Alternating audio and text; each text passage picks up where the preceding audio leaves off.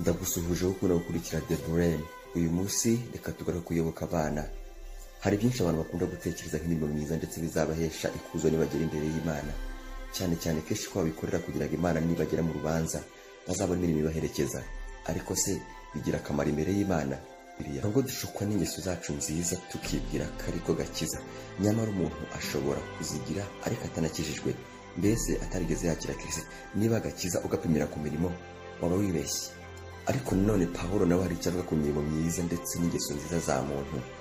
Igice cya 3 muri Tito 8 havuga amagambo agira ati, iryo jambo ni ryo kwizerwa kandi ndashaka ko uhamya ibyo ubikomeyeho cyane kugira ngo abizeye Imana bagire umwete wo kumamaza gukora imirimo myiza, kuko ibyo ngibyo bigira icyo bimarira abantu. Biragaragara yuko imirimo myiza ari igikorwa gishobora kugirira akamaro umuntu umeze nkawe, kuko tubisanga mu bice bya 31, 32, 33 mu gitabo cya Yobu, aho Yobu yagiranaga ikiganiro n'umwana witwa Elihu wibeshya ko imirimo myiza yakugeza mu ijuru. Ntahuriye n'inzira ijya mu ijuru, kuko Imana yatanze Yesu kugira ngo umwizera atarimbuka. Ni imirimo yose tutari yo mu kwizera Kristo no gufambagara imbere y'Imana. Nitwa Amisha.